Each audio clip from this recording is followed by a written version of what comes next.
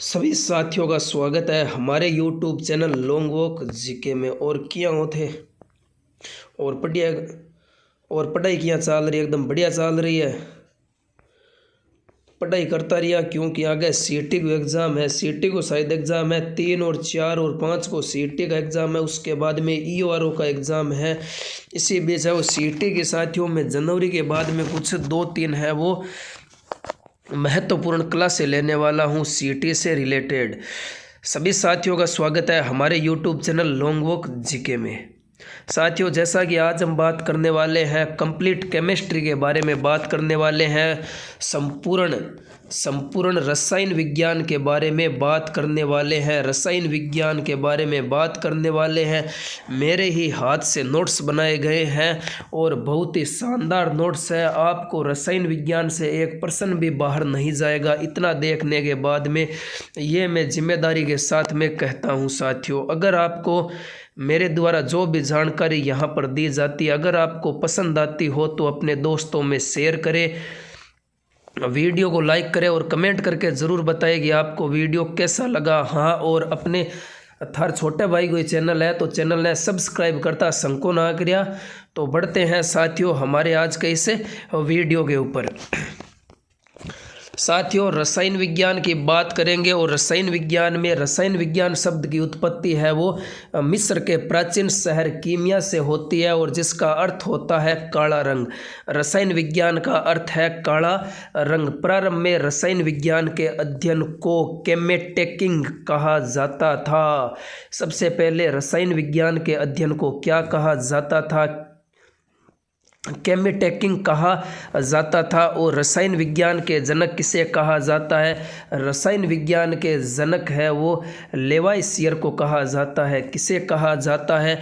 रसायन विज्ञान का जनक है वो लेवाइसियर को कहा जाता है। मिश्रण किसे कहा जाता है? वह पदार्थ जो 2 या 2 से अधिक तत्वों से मिलाकर बनाया जाता है उसे मिश्रण कहा जाता है। और समांग मिश्रण किसे कहा जाता है? निश्चित अनुपात में अवयवों को मिलाना समांग मिश्रण कहलाता है। यह थोड़ी बेसिक डिटेल है रसायन विज्ञान की। और विषमांग मिश्रण किसे कहा जाता है? अनिश्चित अनुपात में विषमांग मिश्रण उसे कहा जाता है अनिश्चित अनुपात में अवयवों को मिलाना। और उसके बाद में ओवोगाड्रा संख्या किसे कहा जाता है? ओवोगाड्रा संख्या कहा जाता है 6.022 गुणा 10 की घात 23 को ओवोगाड्रो संख्या कहा जाता है। परमाणु क्रमांक किसे कहा जाता है? किसी तत्व के परमाणु के नाभिक में उपस्थित प्रोटॉनों की संख्या को परमाणु क्रमांक कहा जाता है। और द्रव्यमान संख्या किसे कहा जाता है? किसी तत्व के परमाणु के नाभिक में उपस्थित प्रोटॉन व न्यूट्रॉनों की संख्या के योग को द्रव्यमान संख्या कहा जाता है। सबसे अधिक समस्थानिकों वाला तत्व कौन सा है? पोलेनियम है। यह प्रश्न पूछा गया है कि सबसे अधिक समस्थानिक वाला तत्व कौन सा है? पोलेनियम है। और मेंडलीफ की आवर्त सारणी में 9 वर्ग और 7 आवर्त होते हैं। कितने होते हैं? 9 वर्ग और 7 आवर्त होते हैं। और आधुनिक सारणी का नियम है वो किसने दिया था? आधुनिक जो अभी वर्तमान में आवर्त सारणी चल रही है ये नियम है वो मोसले के द्वारा दिया जाता है, जिसमें 9 वर्ग और 7 आवर्त है। कितने हैं? 7 आवर्त है। और इसी में ही इसी कड़ी में आधुनिक आवर्त सारणी में परमाणु संख्या 57 को तो 71 तक के 57 से 71 तक के को क्या कहा जाता है? लेंथेनाइड श्रेणी में। परमाणु संख्या 89 से लेकर 103 तक को एक्टिनाइड श्रेणी कहा जाता है। 57 से 71 तक को कहा जाता है लेंथेनाइड। और परमाणु संख्या 89 से 103 तक कहा जाता है उसे कहा जाता है एक्टिनाइड श्रेणी कहा जाता है। क्या कहा जाता है? एक्टिनाइड श्रेणी कहा जाता है। अब कुछ महत्वपूर्ण, जैसे पोटेशियम को के कहा जाता है शॉर्ट में, सोडियम को Na, कैल्शियम को Cm, मैग्नीशियम को Mg। कभी कभी परीक्षा में मैग्नीशियम पूरा नहीं लिखता है, सिर्फ Mg लिखा जाता है। और एल्यूमिनियम को क्या कहा जाता है? Al कहा जाता है, जस्ते को Zn, लोहे को Fe, शीशा को Pb, हाइड्रोजन को H, तांबा को Cu, पारा को Hg, चांदी को Ag और सोने को Au कहा जाता है। उसके बाद में रसायन विज्ञान के अंदर एक चैप्टर आता है अम्ल, क्षार व लवण। खाना पचाने में हाइड्रोक्लोरिक अम्ल का उपयोग किया जाता है। सोना व चांदी के शुद्धिकरण में नाइट्रिक अम्ल का प्रयोग किया जाता है। इससे प्रश्न बनने वाला है, इसको बड़े अच्छे ढंग से देख लेना साथियों, इससे परीक्षा में है वो प्रश्न बनने वाला है, एकदम फाइनल बात है। सिरके को क्या कहा जाता है? सिरके को कहा जाता है एसिटिक अम्ल। सिरके को क्या कहा जाता है? सिरके को एसिटिक अम्ल कहा जाता है। संतरे में सिट्रिक अम्ल होता है, इमली में टार्ट्रिक अम्ल होता है, टमाटर में ऑक्जेलिक अम्ल होता है और दही दूध में लैक्टिक अम्ल होता है, नींबू में सिट्रिक अम्ल होता है और चिंटी के डंक में मेथेनोइक अम्ल होता है और बिच्छू के डंक में कौन सा होता है? मेथेनोइक अम्ल होता है। चिंटी और बिच्छू के डंक में मेथेनोइक अम्ल होता है। बढ़ते हैं अब लोहे पर जस्ते की परत चढ़ाने से पहले लोहे को साफ करने के लिए H2SO4 व HNO3 का प्रयोग किया जाता है और कपड़े से जंग धब्बे हटाने के लिए ऑक्जेलिक अम्ल का उपयोग किया जाता है। अगर कपड़ा बहुत भारी अगर धब्बा लागेड़ा है, जंग लागेड़ो है, तो बाने ऑक्जेलिक अम्ल से साफ किया जाता है। बढ़ते हैं आगे। सोना व प्लेटिनम को गलाने में समर्थ है वो अम्लराज होता है। कैल्शियम हाइड्रोक्साइड का प्रयोग कहाँ पर किया जाता है? और कैल्शियम हाइड्रोक्साइड को शॉर्ट में बोला जाता है CaOH2 बोला जाता है। और इसी कैल्शियम हाइड्रोक्साइड का प्रयोग किया जाता है घरों में चूना पोतने में और गारा व प्लास्टर बनाने में, ब्लीचिंग पाउडर बनाने में, चमड़े के ऊपर के बाल को साफ करने में, जल को कठोर बनाने में कैल्शियम हाइड्रोक्साइड का प्रयोग किया जाता है। अब कास्टिक सोडा या सोडियम हाइड्रोक्साइड का प्रयोग कहाँ पर किया जाता है? सबसे पहले साबुन बनाने में, दवा बनाने में, कारखानों को साफ करने में, पेट्रोलियम को साफ करने में और कपड़ा व कागज़ बनाने के लिए। अगर कपड़े धोने का साबुन बन सकता है, वो भी किसी को साफ करता है, तो कारखानों को साफ किया जा सकता है सोडियम हाइड्रोक्साइड या कास्टिक सोडे से। पेट्रोलियम को साफ किया जाता है। कपड़ा व कागज़ बनाने में सोडियम हाइड्रोक्साइड का प्रयोग किया जाता है। मिल्क ऑफ मैग्नीशिया या मैग्नीशियम हाइड्रोक्साइड का प्रयोग है वो पेट की अम्लता को दूर करने में किया जाता है। और खाने का सोडा या सोडियम बाइकार्बोनेट का उपयोग है वो अग्निशामक यंत्रों में किया जाता है। जो आग बुझाने वाली गाड़ी होती है उनमें वो सोडियम बाइकार्बोनेट का प्रयोग किया जाता है। कास्टिक सोडा या सोडियम हाइड्रोक्साइड, इसका उपयोग है वो अपमार्जक या चूर्ण बनाने में किया जाता है। पोटेशियम नाइट्रेट का उपयोग है वो बारूद बनाने में किया जाता है। पोटेशियम नाइट्रेट का प्रयोग बारूद बनाने में।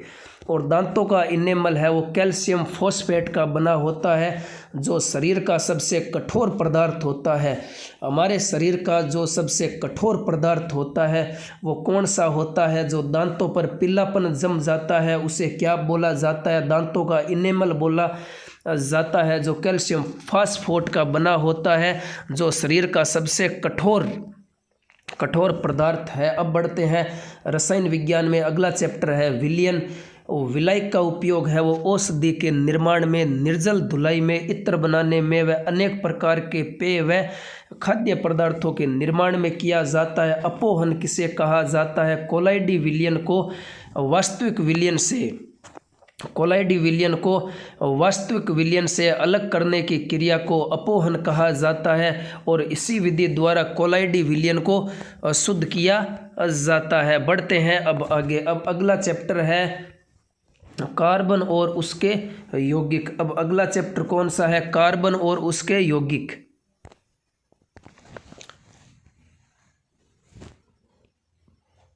कार्बन एक अधातु है और कार्बन की परमाणु संख्या 6 होती है। इसे आधुनिक सारणी के वर्ग 4a में रखा गया है और कार्बन के 2 भाग होते हैं, हीरा और ग्रेफाइट। संतृप्त हाइड्रोकार्बन को कहा जाता है एल्केन। इसके उदाहरण होते हैं मीथेन, इथेन, प्रोपेन, ब्यूटेन है वो संतृप्त हाइड्रोकार्बन या एल्केन के उदाहरण होते हैं। मिथेन क्या होता है? एल्केन। केन के पीछे क्या आ रहा है? एन आ रहा है। आप बोलोगे ना एल्केन तो पीछे क्या आ रहा है? एन आ रहा है। जैसे methane, methane, ethane, propane, butane ये सभी है वो एल्केन के उदाहरण है। और जो 2 बंध वाला असंतृप्त हाइड्रोकार्बन को एल्कीन कहा जाता है, जिसके पीछे इन लगा होता है। इसका एक सदस्य एथीन होता है। और 3 बंध वाला असंतृप्त हाइड्रोकार्बन है वो एल्काइन होता है। पीछे है वो काइन लग जाएगा, जैसे एथाइन। क्या है? एथाइन। ये पूछे जाते हैं पेपर में। और असंतृप्त हाइड्रोकार्बन को संतृप्त हाइड्रोकार्बन में बदलने की क्रिया को संकलन क्रिया कहा जाता है। और यह प्रश्न है वो बहुत बार है वो पूछा गया है कि प्राकृतिक बहुलक के उदाहरण कौन कौन से हैं। तो स्टार्च व सेलुलोज। जो प्राकृतिक बहुलक होता है उसके उदाहरण 2 बड़े फेमस है, स्टार्च और सेल्यूलोज। और प्राकृतिक प्लास्टिक का उदाहरण वो कौन सा है? ला। वो कौन सा है? प्राकृतिक प्लास्टिक का उदाहरण है ला। थाइकोल रबड़ को ऑक्सीजन मुक्त कराने वाले रसायनों के साथ मिलाकर रॉकेट के इंजनों में ठोस ईंधन के रूप में प्रयोग किसका किया जाता है? थाइकोल रबड़ का। नायलॉन। नायलॉन क्या होता है? नायलॉन एक पोलाएमाइड रेशे का उदाहरण है। नायलॉन मानव द्वारा बनाया गया पहला रेशा है जिसका निर्माण 1935 में किया गया था। और 1939 में व्यापार के स्तर पर नायलॉन का प्रयोग है वो महिलाओं के जुराबों के रूप में किया गया था। और सेल्यूलोज से बने कृत्रिम रेशम को रियोन कहा जाता है। बड़ा बड़ा इम्पोर्टेंट साथियों, ये मेरे द्वारा जो भी नोट्स बनाए गए हैं, मेरे खुद के नोट्स हैं, हाथों से बनाए गए नोट्स है। ये जानकारी है वो बहुत इम्पोर्टेंट जानकारी। आपको जो भी मैं बोल रहा हूँ वो सब है वो एकदम महत्वपूर्ण जानकारी है रसायन विज्ञान से। इनमें से एक प्रश्न भी बाहर नहीं जाएगा। साथियों, अगर आपको जानकारी अच्छी लग रही हो तो वीडियो को शेयर करें अपने दोस्तों में, कमेंट करके ज़रूर बताएं, वीडियो को लाइक करें। और अगर आप हमारे चैनल पर नए हो तो चैनल को सब्सक्राइब तो बनता है। बढ़ते हैं आगे। उसके बाद कच्चे पेट्रोलियम को प्रभाजी आसवन विधि के द्वारा शुद्ध किया जाता है। यह भी बड़ा महत्वपूर्ण है। अब बढ़ते हैं ईंधन के ऊपर। ईंधन चैप्टर पर बढ़ते हैं। हाइड्रोजन को भविष्य का ईंधन कहा जाता है। सबसे अच्छा अपशोट रोधी यौगिक टेट्रा एथिल लेड है। अपस्टोफन को ऑक्टेन संख्या से दर्शाया जाता है। और कोयला है वो 4 प्रकार का होता है। कोयला 4 प्रकार का होता है। सबसे बढ़िया कोयला एंथ्रेसाइड होता है जो सबसे उच्च कोटि का होता है, जो जम्मू कश्मीर में मिलता है। इसमें कार्बन की मात्रा है वो 85% से अधिक पाई जाती है। जिस कोयले में जितनी ज़्यादा कार्बन की मात्रा होगी वो कोयला उतना ही शानदार होने वाला है। उसके बाद में बिटुमिनस।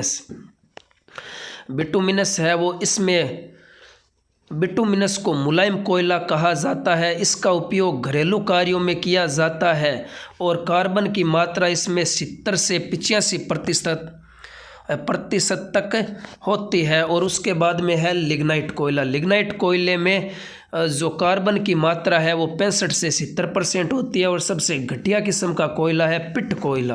क्या होता है? इसे पीट पीट कर घटिया कर दिया जाता है इस कोयले को।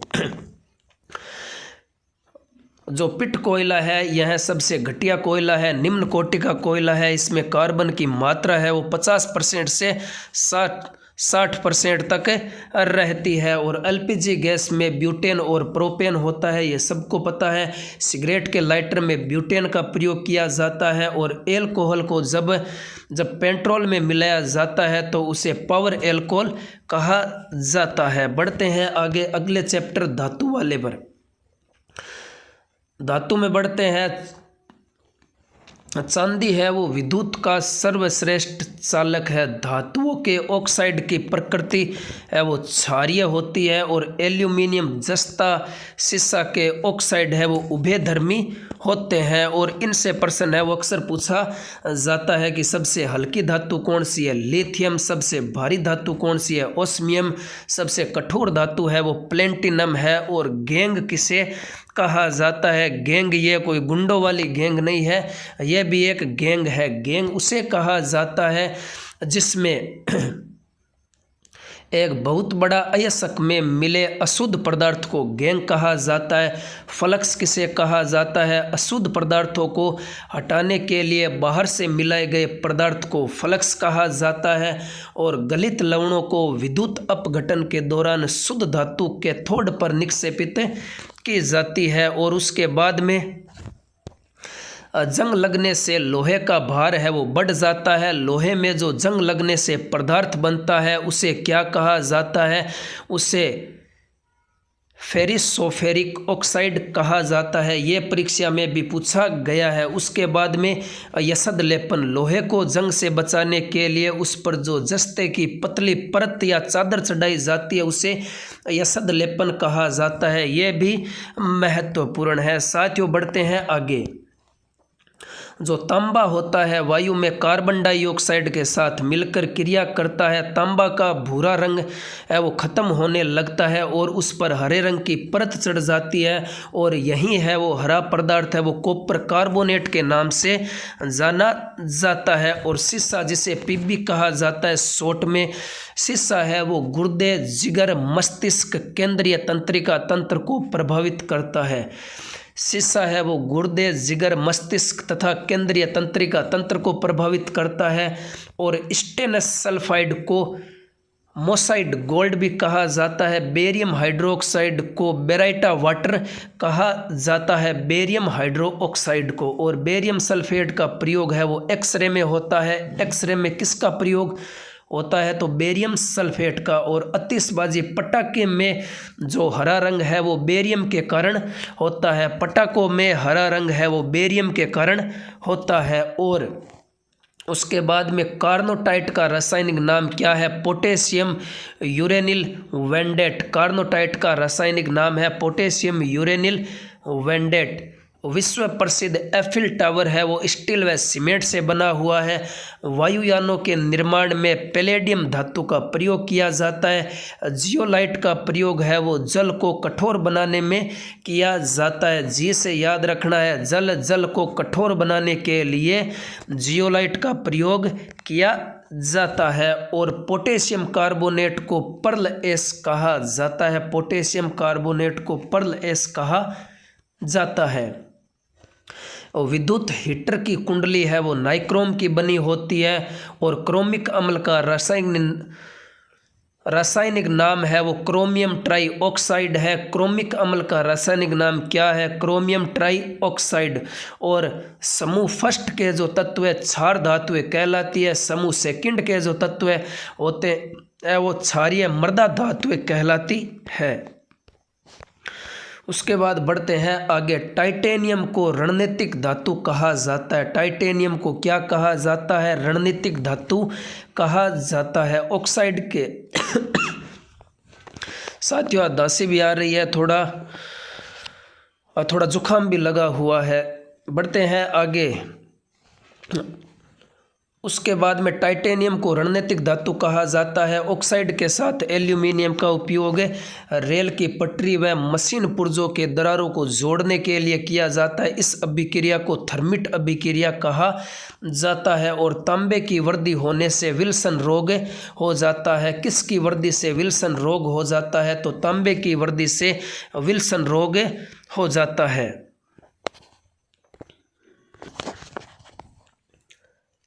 शरीर में लोहे की कमी से एनीमिया रोग तथा अधिकता से लोहमयता रोग हो जाता है। शरीर में लोहे की कमी से एनीमिया रोग और लोहे की अधिकता से है वो लोहमयता रोग हो जाता है। और लकड़ी की वस्तुओं को कीड़ों से बचाने के लिए उस पर जिंक क्लोराइड का लेपन किया जाता है। जिंक ऑक्साइड को जस्ते का फूल कहा जाता है। किसे जस्ते का फूल कहा जाता है? जैसे जस्ते का फूल जैसे जिंक ऑक्साइड को कहा जाता है। सिल्वर क्लोराइड को हॉर्न सिल्वर कहा जाता है। सिल्वर क्लोराइड को हॉर्न सिल्वर कहा जाता है। सिल्वर आयोडाइड का उपयोग है वो कृत्रिम वर्षा कराने में किया जाता है। सिल्वर नाइट्रेट का प्रयोग है वो निशान लगाने वाली स्याही में किया जाता है। जैसे मतदान के समय हमारी सबसे छोटी अंगुली होती है उस पर निशान लगाया जाता है, वो स्याही है वो सिल्वर नाइट्रेट की बनी होती है। और आयरन पाइराइट्स को झूठा सोना या बेवकूफ़ों का सोना कहा जाता है। प्लेटिनम को सफ़ेद सोना कहा जाता है और पारा को क्विक सिल्वर कहा जाता है। लेड ओसेनिक का उपयोग गोली बनाने में किया जाता है। लेड ऑक्साइड को लिथार्ज कहा जाता है। बेसिक लेड कार्बोनेट को व्हाइट लेड कहा जाता है। इसे सफ़ेदा भी कहा जाता है। और उसके बाद में फ्यूज तार है वो फ्यूज का तार होता है वो शीशा व टिन का बना होता है। यूरेनियम को आशा धातु कहा जाता है। और उसके बाद में टॉपिक है हमारा अधातु। उसके बाद में टॉपिक है अधातु। ड्यूटेरियम के ऑक्साइड को भारी जल कहा जाता है। भारी जल की खोज है वो 1932 में यूरो व वासबर्न ने की थी। भारी जल है वो -3.8 डिग्री सेल्सियस पर जमता है। जल में सोडियम कार्बोनेट डालकर उबालने से स्थायी व अस्थायी दोनों प्रकार की कठोरता को दूर किया जाता है। जल की स्थायी कठोरता को दूर करने के लिए परम्यूटेट विधि का प्रयोग किया जाता है। ओजोन सूर्य से आने वाली पराबैंगनी किरणों के दुष्प्रभाव को रोकती है। उसके बाद में नाइट्रोजन है वो वायुमंडल में 78% भाग नाइट्रोजन का पाया जाता है। नाइट्रोजन में अमोनिया मिला होता है। इसका निर्माण है वो हेबर विधि के द्वारा होता है। और जो दलहनी पौधे की जड़ों को राइजोबियम नामक जीवाणु पाए जाते हैं। दलहनी पौधों की जड़ों में राइजोबियम नामक जीवाणु पाए जाते हैं। फास्फोरस यह हड्डियों तथा जीव कोशिकाओं में पाया जाता है। क्या पाया जाता है? फास्फोरस पाया जाता है। वर्ग 7A के तत्वों को हेलोजन कहा जाता है। क्लोरोफ्लोरोकार्बन यौगिकों को फ्रियोन कहते हैं। इसका उपयोग है वो फ्रीज के रूप में तथा एरोसोल में किया जाता है। और बर्तन की ऊपरी परत है वो टेफ्लॉन की बनी होती है। जो बर्तन की ऊपरी परत है वो टेफ्लॉन की बनी होती है। उसके बाद में रेडोन किसे कहा जाता है? रेडोन को छोड़कर सभी अक्रिय गैसें है वो वायुमंडल के अंदर पाई जाती है। रेडोन ही एकमात्र ऐसी अक्रिय गैस है जो वायुमंडल में नहीं पाई जाती है। और ऑर्गन का उपयोग बिजली के बल्ब भरने में किया जाता है। उसके बाद में अमोनिया का उपयोग है वो रेयन बनाने में किया जाता है। और श्वेत पिगमेंट के रूप में जिंक सल्फाइड का उपयोग किया जाता है। बढ़ते हैं आगे। सोडियम बाइकार्बोनेट या खाने का सोडे का उपयोग है वो अग्निशामक यंत्रों में किया जाता है। पोटेशियम परमैंगनेट इसे लाल दवा कहा जाता है। यह जल को कीटाणु रहित करता है। क्या करता है? यह जल को कीटाणु रहित करता है। इसे लाल दवा कहा जाता है। किसे कहा जाता है? लाल दवा। तो पोटेशियम परमैंगनेट को लाल दवा कहा जाता है। पित्तल के अंदर तांबा और जस्ता मिला होता है। पित्तल के अंदर तांबे और जस्ते का मिश्रण होता है। स्टेनलेस इस्पात किसे कहा जाता है? इसमें 18% तक क्रोमियम और निकल होता है। यह संक्षारण या जंग प्रतिरोधी होते हैं। और एनीलिंग किसे कहा जाता है? इस्पात को उच्च ताप पर गर्म करना व उसे धीरे धीरे ठंडा करने की प्रक्रिया को एनीलिंग कहा जाता है। और अमलगम किसे कहा जाता है? अमलगम होता है जो पारे के मिश्र धातु होते हैं। लोहा, प्लेटिनम, कोबाल्ट, निकल, टंगस्टन आदि अमलगम नहीं बनाते हैं। उसके बाद में मानव निर्मित पदार्थ। बढ़ते हैं अगले चैप्टर के ऊपर। मानव के द्वारा जो भी पदार्थ बनाए गए हैं उनके बारे में बात करेंगे। सबसे पहले डायनामाइट का बात करेंगे। डायनामाइट का आविष्कार है वो 1867 में अल्फ्रेड नोबल ने किया था।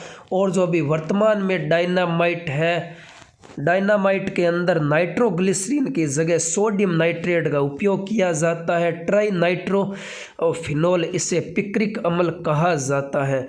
और नोबेल का तेल किसे कहा जाता है? ट्राई नाइट्रोग्लिसरीन को नोबेल का तेल कहा जाता है।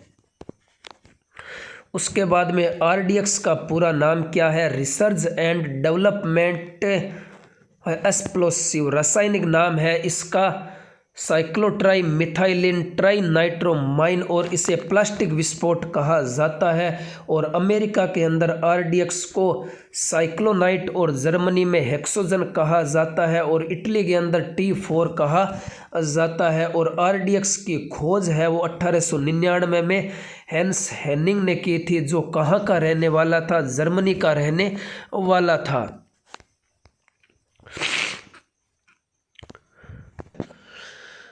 उसके बाद में साथियों बारूद की खोज है वो रोजर बैंकन ने की थी। इसे बनाने में पोटेशियम नाइट्रेट का उपयोग किया जाता है। इसे बनाने में पोटेशियम नाइट्रेट का उपयोग किया जाता है बारूद बनाने में।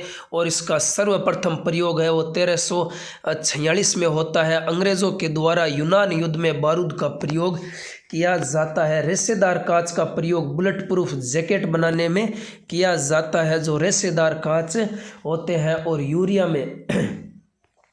यूरिया के अंदर 46% नाइट्रोजन होती है। कैल्शियम नाइट्रेट को बाजार में नॉर्वेजियन साल्टपेटर के नाम से जाना जाता है। बढ़ते हैं आगे और कुछ नई बातों के साथ में। कैल्शियम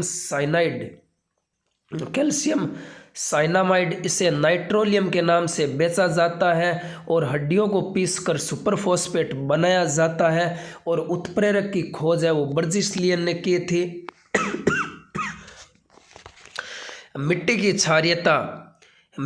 क्षारीय क्षमता को कम करने के लिए जिप्सम का प्रयोग किया जाता है। और पानी की स्थायी कठोरता को दूर करने के लिए पोटेशियम क्लोराइड का उपयोग किया जाता है। और नाइट्रस ऑक्साइड को हंसाने वाली गैस कहा जाता है और जिसकी खोज है वो प्रिस्टले ने की थी। किसने की थी? प्रिस्टले। अरे पिस्टल को नहीं रे, प्रिस्टले। नाइट्रस ऑक्साइड को हंसाने वाली गैस कहा जाता है, जिसकी खोज है वो प्रिस्टले ने की थी। हड्डियों में 8% फास्फोरस होता है। और समुद्री यात्रा में होम्स सिग्नल देने के लिए फोस्फिन गैस का प्रयोग किया जाता है। समुद्री यात्रा में जो हाथ में लेकर एक गैस नहीं छोड़ते हैं उसे क्या कहा जाता है? उसे फोस्फिन गैस कहा जाता है। यूरिया पहला कार्बनिक पदार्थ है जिसे प्रयोगशाला में बनाया गया था। और रक्त के प्रवाह को रोकने के लिए फेरिक क्लोराइड का प्रयोग किया जाता है। और समुद्री घास में आयोडीन पाया जाता है। और चांदी को कांच बनाने में ग्लूकोज का प्रयोग किया जाता है। सल्फ्यूरिक अम्ल को ऑयल ऑफ विट्रोल कहा जाता है। जिनोन को स्ट्रेजर गैस कहा जाता है। तो साथियों ये थी हमारी आज की क्लास। आपको कैसी लगी कमेंट करके ज़रूर बताएं। वीडियो को लाइक करें अगर आपको आज की क्लास अच्छी लगी हो तो तभी लाइक करना दोस्तों, वरना है वो आपका लाइक है वो बहुत एक कीमती लाइक है। मैं उसके अगर लाइक हूँ तो वीडियो को एक लाइक कर देना और अपने दोस्तों में शेयर करना इस महत्वपूर्ण जानकारी को, ताकि किसी भाई का भला हो सके। और अगर आप हमारे चैनल पर नए हो तो चैनल को सब्सक्राइब करके बेल आइकन को प्रेस कर ले, ताकि मेरे द्वारा जो भी वीडियो डाला जाता है वो सबसे पहले आप तक पहुँच सके। तो आप सभी है वो सभी मित्रों से यही दरख्वास्त है कि अपना ध्यान रखें और ज़िंदगी में कभी किसी के साथ में गलत मती करें। और सबसे पहले अपनी मन की सुने, ये मन क्या कह रहा है सबसे पहले इसकी सुने। साथियों मिलते हैं कुछ नई जानकारी के साथ में कल, तब तक के लिए जय हिंद, जय भारत, भारत माता की जय। और माता पिता का सम्मान है वो ज़रूर करना है आपको।